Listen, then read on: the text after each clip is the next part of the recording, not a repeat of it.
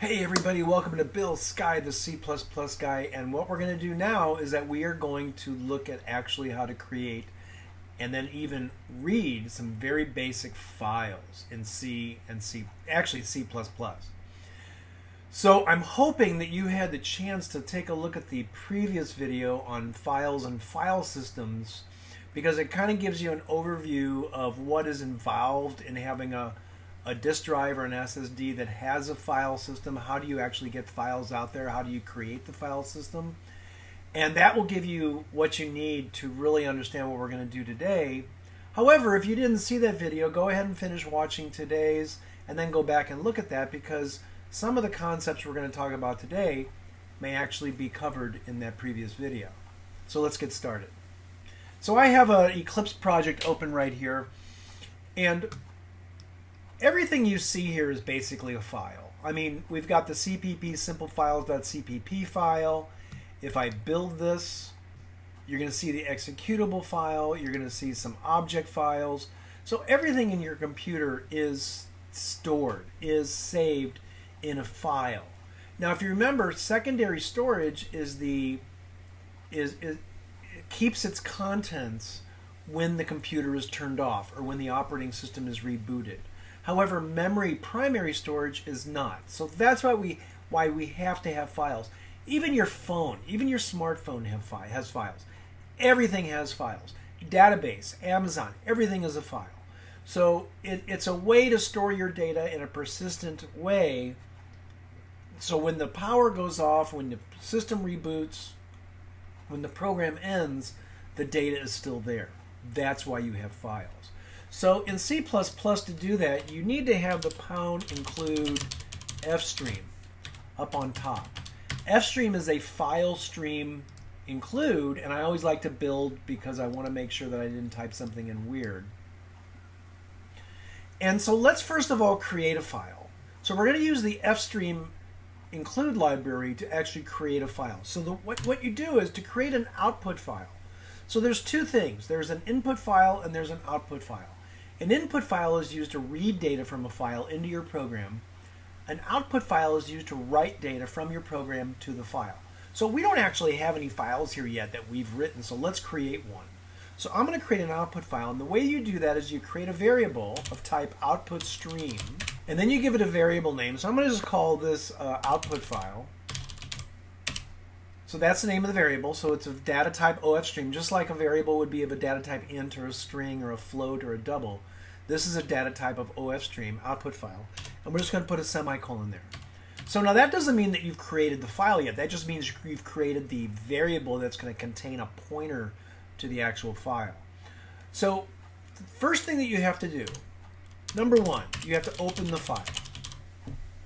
And this is normal. This is the same for input files. This is the same for any file. You have to open the file like you open a book. Then, and let me put these in comments. So one, you open the file. In this case, for output. Number two, you process the file contents. And actually, we're not talking about input files, right? You write the data to the file. And then three, you close the file. Every file system has this. Every programming language where you're going to do something with a file, you have to open it, write the data, in this case it's an output file, and then close the file. So number one, how do we open a file? So I'm going to say output file dot open, and then you give it the file name. Now if you watched the video before this, you can also specify a location. So let's say if I decide I want to save it in, and this is Linux, so I'm going to save it, and the little tilde character, that means my current user ID. I want to save this in my documents folder, and I'm going to call it, I don't know, some strings.txt. Now the little tilde in Linux means that I want to save it to my home folder. Now Windows doesn't have anything like this. In Windows, you have to say let's do it. So in Windows, how would I do this? I would say output file dot open, and I would say C:\\/ users / my ID, whatever that might be, / documents / some strings. Now there may be a way around this. You might be able to use an environment variable from your operating system to do this, but this is a hard-coded location. It will always create the file in that subdirectory structure. And so you specify the drive letter, which we did in the previous video. You specify the users folder from the root. Under that is your ID folder or directory. Underneath that is the documents directory. And then we're going to create the sumstrings.txt file. On Linux, you don't have to type any of this stuff. You just put in this funny little squiggly tilde character to do it. So you can do it that way, or you can just say output file.open and then give it a name. Now, what's the difference? Well, let's look at both. We'll look at both. Now, remember, you need to close the file. Now, I'm going to comment out this one right here. And then I'm going to say output file.close. Now, the reason why I'm commenting out the second one is that I don't want to open two output files on the same variable name. That I don't know what'll happen. So we're going to do one, then we're going to do the next. But we're always going to close it. So down here, process the file, which we haven't done. That was number 2, right? So number 1 was to open the file, which we've done right here. Number 2 is process the file. Number 3 is close the file. So we're not going to do this just yet. Let's see what happens when we open the file for output. So I'm going to build this. Now our program is going to do nothing other than create the file. Okay, so the program ended. Now where did the file go? Well, I said to go to Documents, so I'm going to go to my home folder, which is what the tilde is, the home folder. I'm going to go to Documents, and there should have been some strings. Wow, interesting, huh? So the reason why it may not have shown up in that folder is because the program did not run under my ID. So, oh, that's interesting. Yeah, some strings should have shown up there. So here, let's try this again. This time we're going to close this, and we're going to comment that out, and we're going to uncomment the other one where we don't specify any location. I'm going to save and build that. I'm going to run it. Now the program it doesn't look like it did anything. However, if you don't specify a location, I'm going to right click on my project and I'm going to click on refresh. There it is. It showed up in my project folder. It didn't show, it's not inside of SRC. If I collapse SRC, it's at the project folder level. So Eclipse actually saved it inside of the project, which is actually kind of a good thing to do. I really don't know where it went. I'm actually going to go try to find it. So what did we call it? I'm going to say sudo find name sumstrings.txt. This is a nice little function or a nice little command on Linux where you can find a file starting at the current directory, which is what the dot is. I want to find it based on its name, and the name is sumstrings.txt. And it's interesting because it actually found the one that we put into the Eclipse project, but it didn't find the other one. It didn't find this funny little squiggle one. Well, so what happened? When I had this commented out, or when I had that uncommented, what actually happened? Well, we don't know. So whenever you open a file, you should always do something like this. You should say if output file.fail cout an error occurred creating your sumstrings.txt file.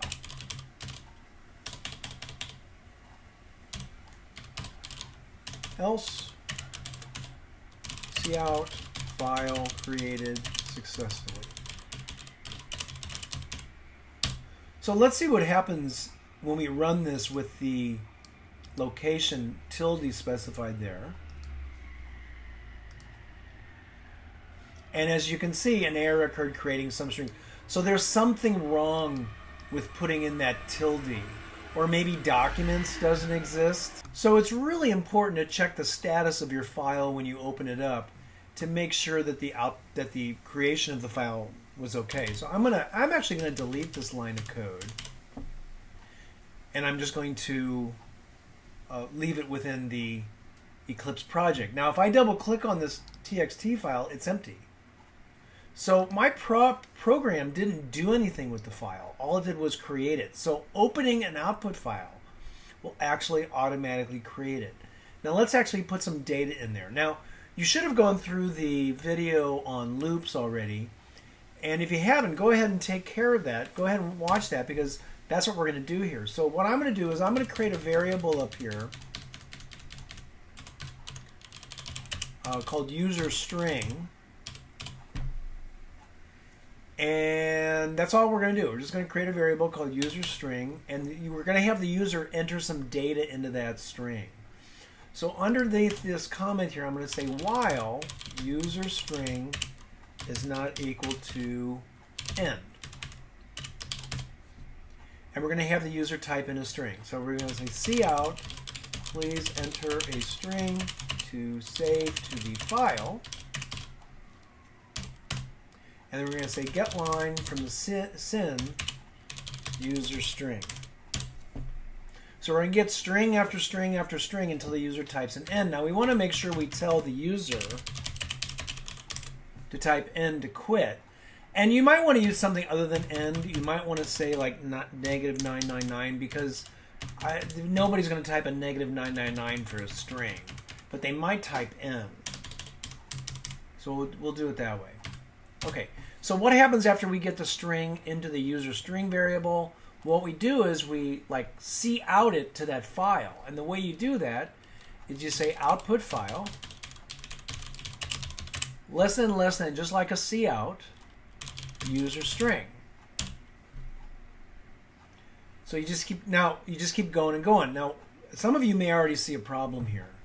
Is that what if they type -999? Do we want to write -999 to the file? Maybe not. So you might want to say if user string is equal to -999, break out of the loop, else write the data out to the file. Now, if some of you don't like break because it's too much like a goto, you could say continue. And what that'll do is it'll take it up here. It'll see that it's equal to -999, so that it'll end the loop. Now, doing it that way actually forces two if statements to occur, that one and that one. If you just say break, it doesn't have to go back up here and ask the question that it just asked. So this is a way to do it. Another way to do it would be to put this before the loop. Then you don't need this.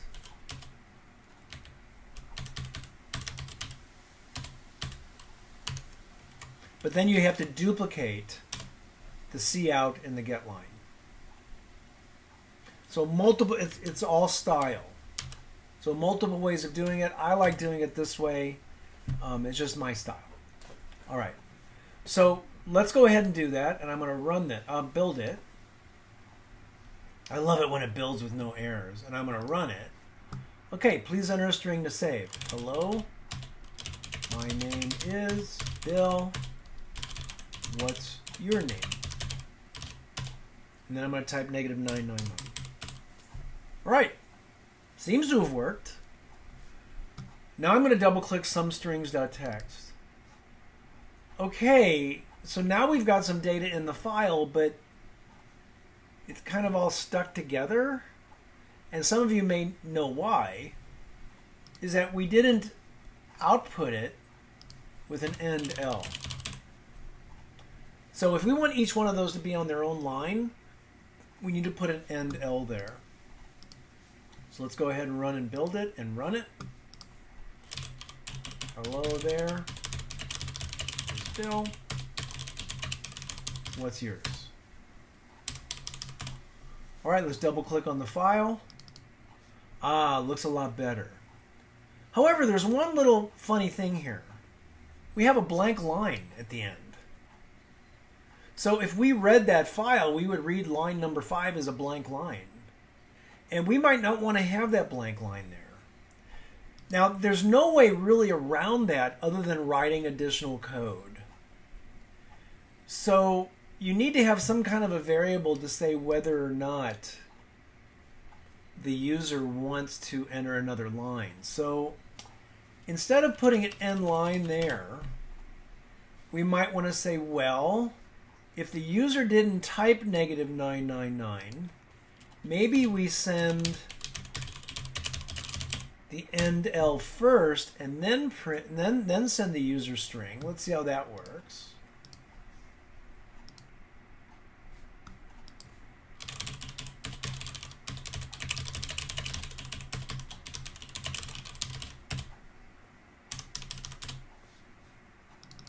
Well, now we flipped the problem. Now we have a blank line at the beginning.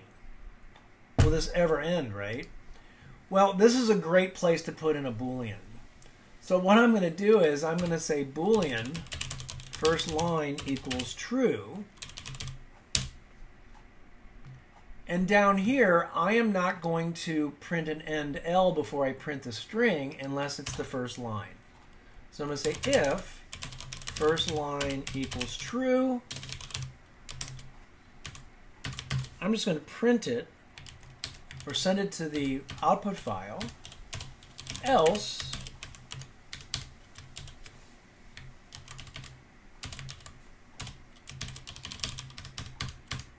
and I like to have braces whether I have one line or two.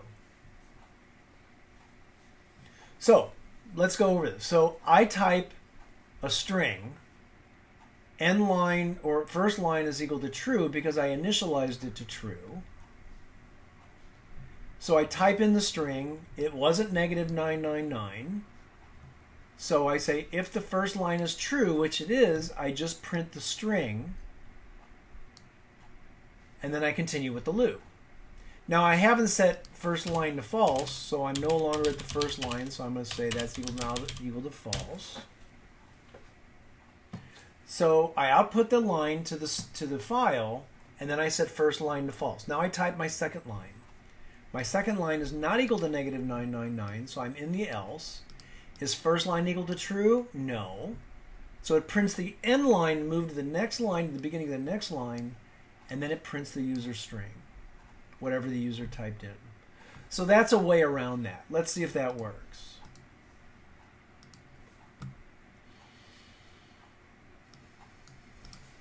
Hello, there, my name is Bill, what's yours? And now let's double click on the file, and it looks really good, right? So that little Boolean really helped us. We don't have a blank line at the beginning, and we don't have a blank line at the end. So that solved that problem. So it's just a little bit of creativity, a little bit of thinking what's going on, and how you can fix the problem.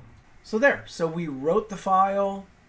First of all, we opened it. Then we wrote to it, and then we closed it. You always want to make sure you close your file. Okay, now that we've got a file created, let's actually now open it. Oh, but before that, did you notice that every time we ran the program, it overwrote the file that we previously created? That's what this open does. Because it's an output file, whenever we open it, we do this open, it just overwrites it if it's already there. If it's not there, it creates it. If it is there, it just overwrites it, right? Could be a problem. So you need to keep that in mind whenever you open. Now there is a way around that. You can open a file for append, but we're going to talk about that later on in this course when we talk about more advanced file input and output. But for right now, just remember when you create a file, it's going to overwrite it. So what we're going to do now is, because we do have a file, I do have a file that has some data in it. What I'm going to do is I'm going to select all of this code that I just did. I'm going to press Control/, or on a Mac it would be Command/. And I'm going to comment all that code out. And that way I can write new code without deleting my old code. So let's go and write some new code. This time we're going to write the code to read the file that we already created.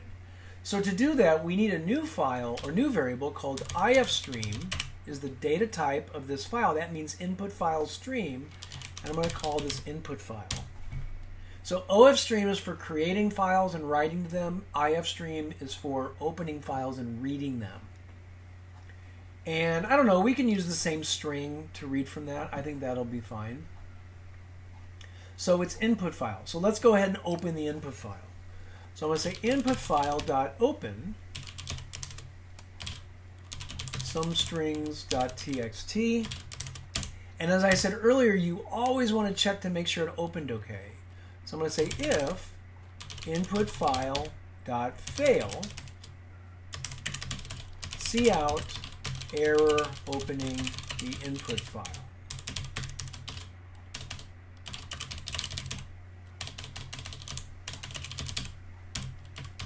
Else, let's process the file. So how do we process the file? Well, we're going to use a while loop. So I'm going to say while not input file.eof. EOF is a function that asks, am I at the end of the file? Am I at the very end of the file? There's no more data to read. Not am I at the last item in the file, but am I at the very end of the file? Now, what if the file is empty and I've opened it up? If the file is empty and I've opened it up, I'm not at the end of the file. I haven't tried to read the file yet to see if I'm at the end of the file. So what might be a good idea is you might want to say get line from input file, and we're going to put that in the user string. So that's going to try to read from the file. If the file is empty, it's going to be at the end of file, and this will be true. It will not be, it will be at the end of file. So it'll be false. So it will never run. So we normally do a get line first. So I'm going to say cout or cout user string, and then I'm just going to do another get line.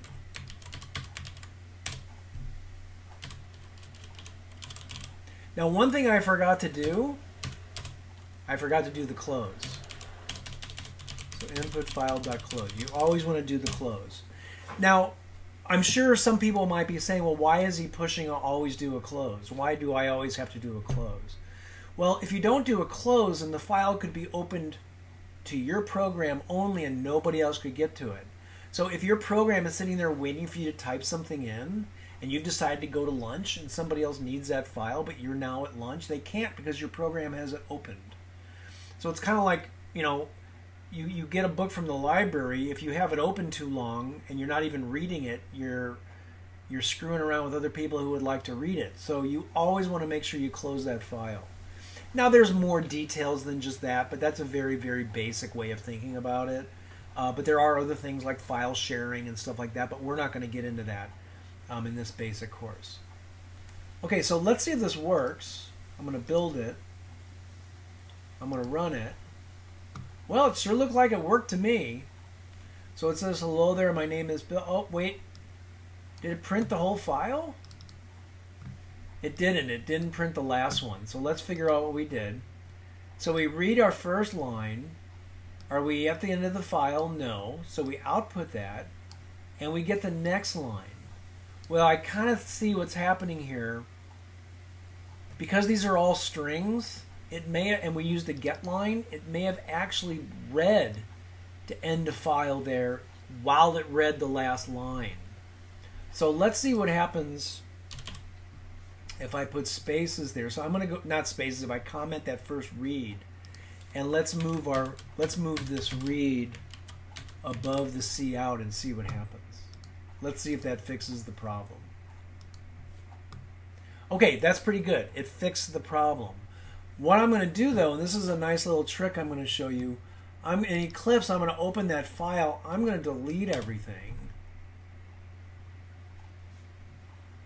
Save that file. Now I've just deleted my data. But with undo, I can get it back.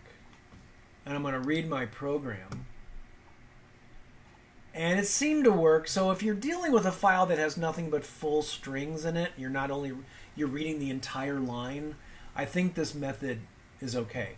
Now I'm going to go back to some strings. I'm going to press Command or Control Z. Whoops. And I got my data back. So I'm going to go ahead and save it.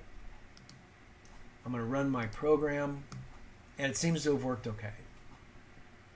So that's reading strings. Pretty easy, right? So that was just writing and reading strings. Let's do some writing and reading numbers. So I'm going to comment this out.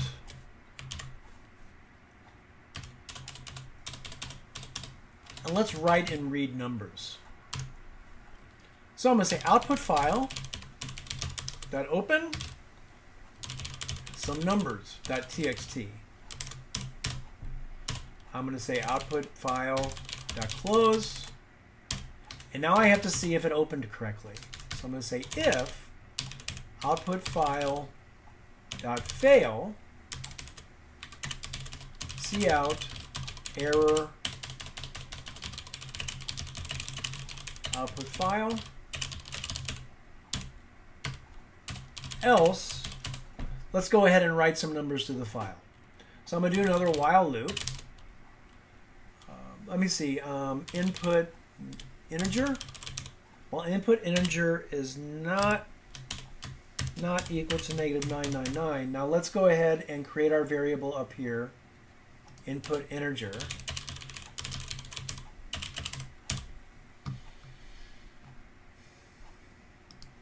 Okay. Well, it's not equal to -999. We're going to say cout. Please enter an integer. -999 to quit. And now instead of getLine, we're going to use cin. So cin to input integer. Remember, we always want to clear the kin. So we have to jump up to the top and put that code in there. And we're going to say if input integer is equal to -999, break, else output file input integer. Now if you remember when we were doing the strings, we had to put the end L. It depends upon if that's what you want. But let's go ahead and put the end L there. And we have to produce the clear kin function, so let's go up to the top.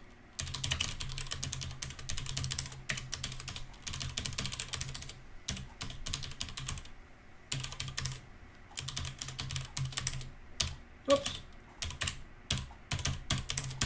There we go. And for int max, we need C limits. Let's make sure that builds okay now. All right, looks good. So outputting numbers is really no different than outputting strings, other than the fact that you're not getting the input using getLine, but the code looks nearly identical as when you're outputting strings. Okay, so let's clean up our code a little bit here.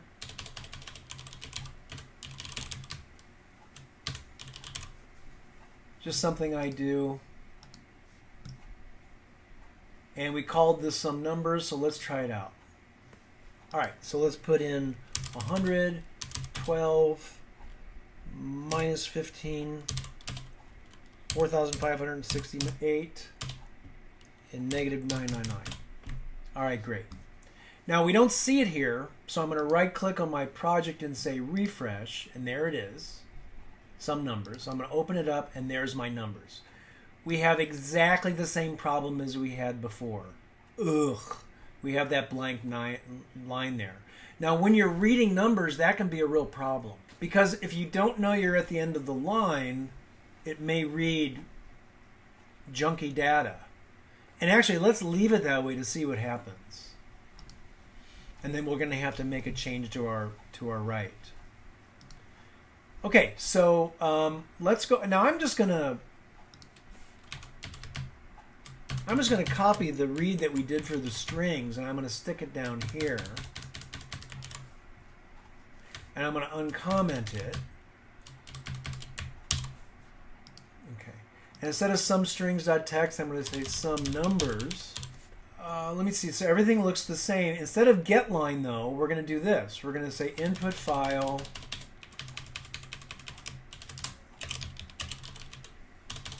Input int, integer. And then we're going to say output or cout input integer. And I think I misspelled this. There we go. So the code was nearly identical. Whoops. It's not indented just right. Let me get that indented. There we go. All right. So input file that opens some numbers. We check to see if it opened okay. It did. If it doesn't, it gives me this error. If it did, then it reads. Now I'm not going to want this getLine there, so let's get rid of that. So okay, this looks pretty good. So let's go ahead and build it, and let's run it. Okay, let's put in 23, 56, 78, 92. Oh, I accidentally put a backslash in there. Clearkin saved my life on that. So awesome. All right, so did this work? There's my 23, that's the first number. There's my 56, that's the second. There's my 78, that's the third. There's my 92. Why did it do 92 twice? Because when you do a cin, or when you do an input file streaming greater than, it doesn't read the end of file character. So you've got to, after you read the last integer, you have to try to read it again to turn on the end of file. So this is a situation with numbers where we have to do the read first before the while loop starts, because we have duplicated data here. So let's build it and run it. 23, 56, 78, 92. All right, much better. So that worked out a lot better. Now I'm going to double click on this file to see what it looks like. You notice it doesn't have, oh, that's the wrong one. It still has this blank line there though. That can be a problem with a file that's supposed to have nothing but numbers in it. So this is another situation where you might want to, and let me remind myself what the name of that was. The name of it was first line. So when I write the file out, I'm going to say first line equals true, and I kind of have to put this code in here before I write to it, and I'm going to copy this because I know it worked there.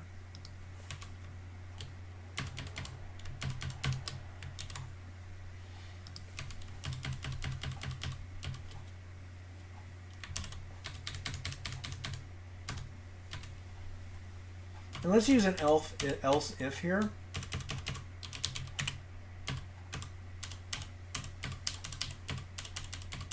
So we're just getting it. All right, cool. So now we have to do output file is input integer. Output file input integer. So again, this simple code right here, this is there to make sure that we don't have that blank line at the end. Let's go ahead and build and run it. 23, 56, 72, 92. Well, it didn't do the 92. I did not close the file before I now opened it. Oops. So output file got closed. That could be the problem, complete problem. You've got to make sure you close the file. So let's try this test again. 23, 72, 56, 98. Look at that. Because we forgot to close the file, that last number that we typed in the previous test hadn't actually been written to disk yet. That's why it's so important to close the files, is to make sure that the file buffer is cleared and everything is dumped to disk. So, oh, I'm so glad that error occurred, because it shows you the importance of closing a file. So you can do this exact same thing with floats. If I wanted to, I could change input integer to a float or a double, and the code would be basically the same. Except of course, you would be outputting floats or doubles instead of integers. And we did strings. You could even do this with chars.